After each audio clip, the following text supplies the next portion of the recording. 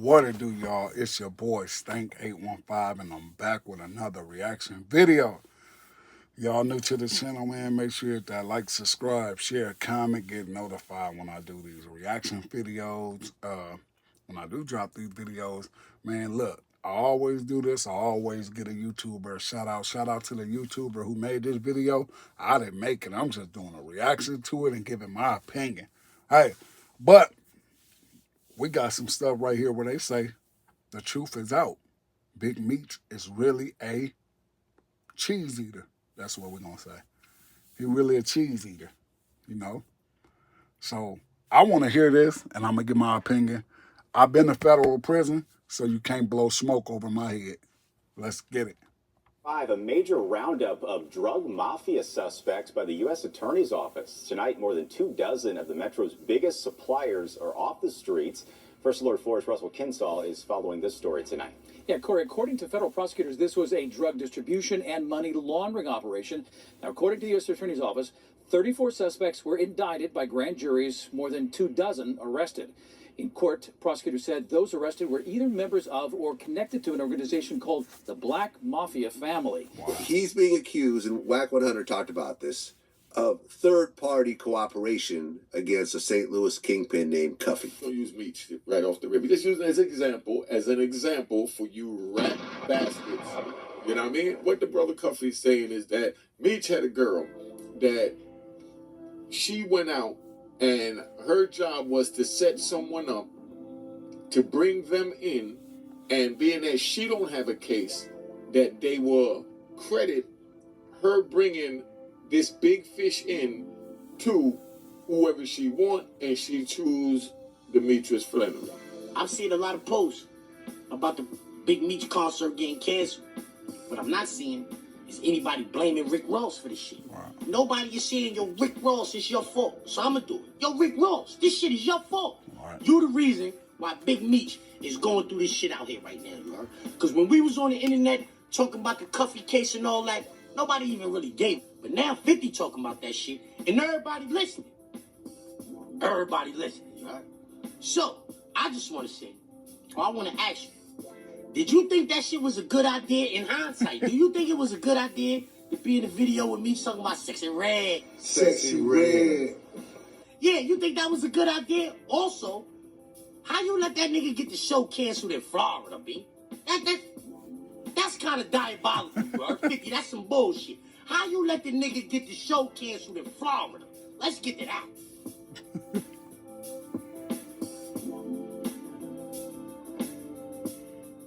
According to the rat, the government informant, Tammy Cohen, according to Big Meech, according to Cuffy, and according to the indictment and the case law, he met him in jail. Years later, he called Tammy Cohen on the phone.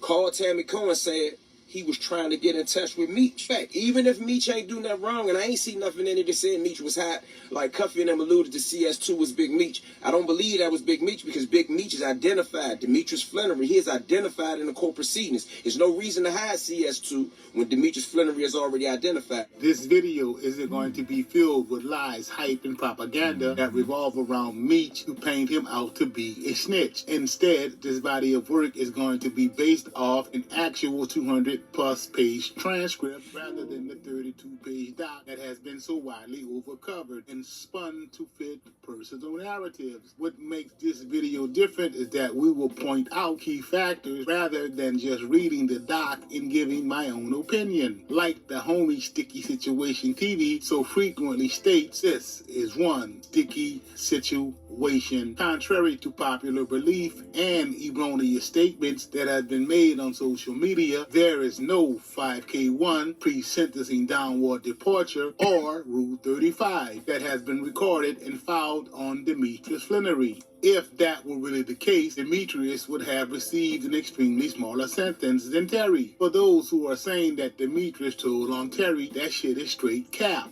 That's cap. That's cap. That's cap. That's cap. That's cap. That's cap.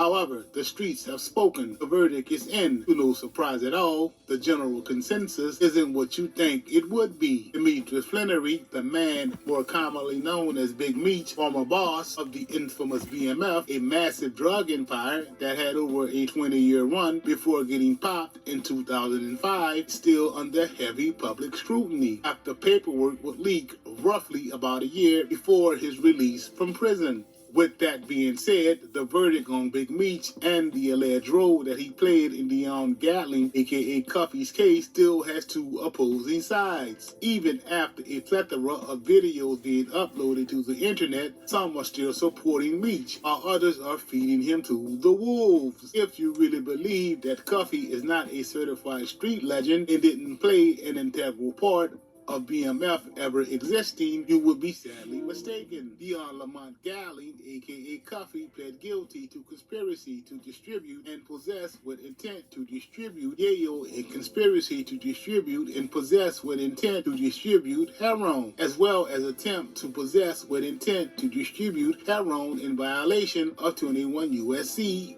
841A-1 and B-1A. Attempt to possess with intent to distribute yayo in violation of 21 USC 841A-1 and B-1-A, and discharging a firearm in furtherance of a drug trafficking crime, resulting in death. Each count carried a statutory maximum sentence of life imprisonment, with the term of imprisonment on count 5 to be served consecutively to any other term of imprisonment. The district court imposed the United States Sentencing Guideline range sentence of 324 months of imprisonment, as jointly recommended by the parties. Cuffy would ultimately appeal, arguing that the district court imposed an unreasonable sentence that did not adequately address the factors enumerated in 18 U.S.C. 3553-A. In typical corrupt criminal justice fashion, the appeal was dismissed in accordance with the appeal waiver in the parties' plea agreement, which in turn Cuffy would waive the indictment and plead guilty to counts 1 through 5 of the superseding information pursuant to a plea agreement.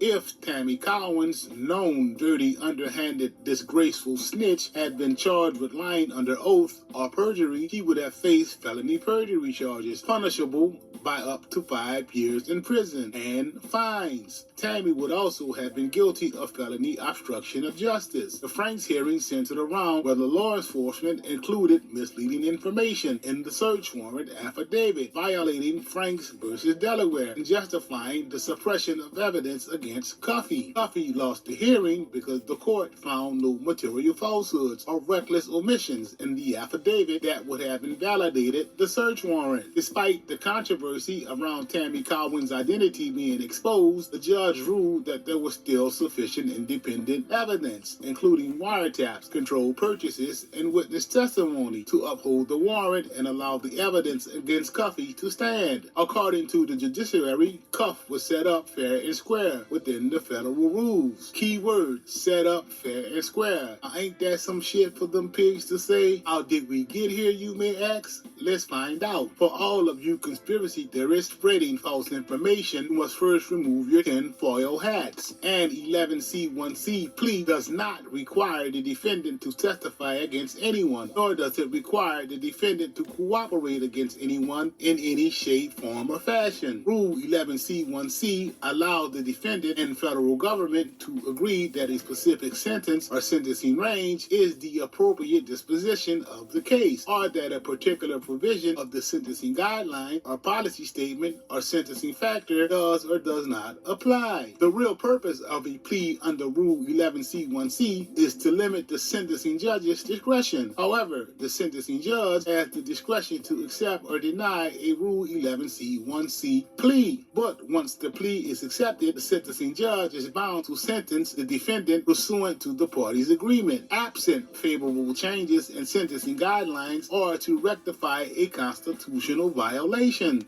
What is an 11C1C plea? An 11C1C plea is the unicorn of pleas in federal court. An 11C1C plea takes the power away from the judge after the judge agrees to accept it to devise the judge's own sentence. An 11C1C locks in the judge into a certain sentence or a certain determination if the court chooses to accept the plea. And if the court accepts the plea, the court does not have the power to do anything but what has been agreed upon. Certain districts federally do not offer 11C1C pleas because the U.S. Attorney's Office wants to have the control with the judge as to what the appropriate sentence is. In other districts, especially if the client's willing to take some jail time or maybe even a high jail number, the U.S. Attorney's Office gives you an 11C1C plea. And this, I think, takes a lot of uncertainty and a lot of anxiety from the client in terms of what will my sentence be? You know exactly what you're getting. In federal cases, the government pushes the narrative that it is in the defendant's best interest to accept a plea deal. However, sentencing is tricky because the potential sentencing range can be extremely wide. Rule 11C1C pleas help limit that gap, as well as provide the defendant with a much clearer sense of the sentence that he or she can expect. All right, let's break this shit down. But nobody is paying attention to is the fact that the docs clearly read that Tammy went to the defense and told them everything. Hence the reason for the defense being triggered to request a Franks hearing on the behalf of Cuff. These are all facts, not just my opinion. Had Tammy not went to the defense, there would not have been a Franks hearing. In fact, telling ass Tammy was telling on everybody, even the DA. She would even threaten to write a letter to Washington, D.C. Damn.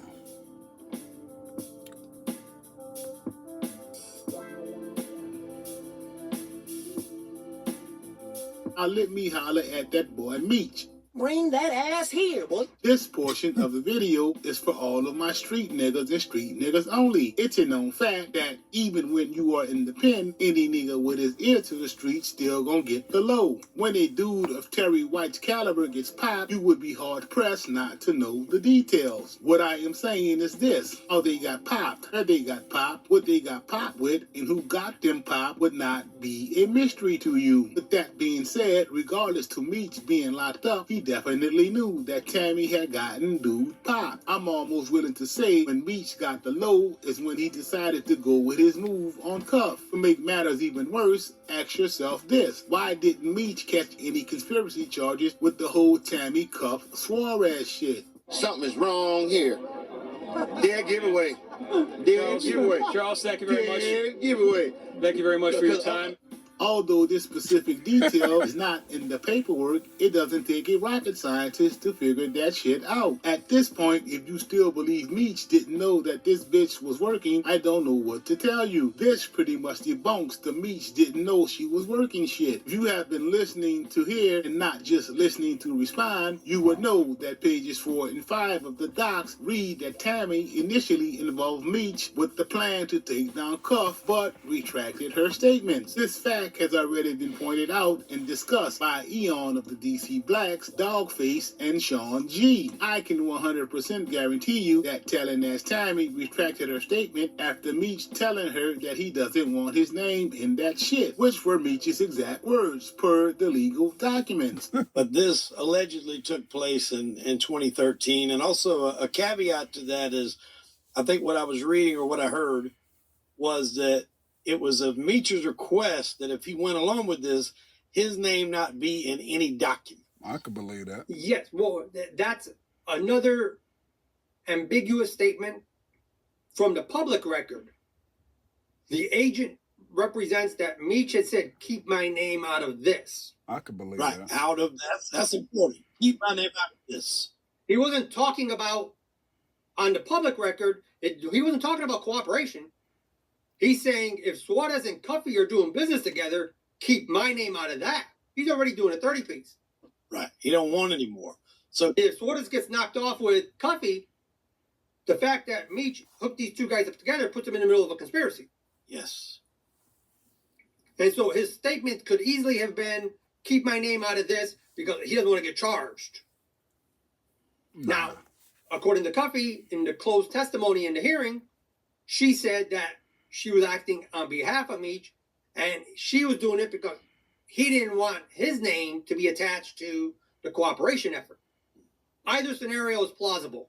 Unfortunately, that entire conversation would still, however, make it to Cuff's Frank hearing documents. Further confirmation that Meech was in on the play the entire time. Again, we are not here to perpetuate lies, such as Meech has a Rule 35, Stop IK1, snitching. or downward departure. We're strictly pointing out the facts. Although Cuff's interviews on social media do have some inconsistencies, such as who called who first, there's no denying the fact that Meech made the connection between Tammy, Suarez, and Cuff. Without Meech's introduction, Cuff never meets Tammy or Suarez. Now let that shit sink in for a minute. At the end of the day, Demetrius Flannery's biggest mistake was coming home from prison, trying to be Big Meech instead of being Demetrius Flannery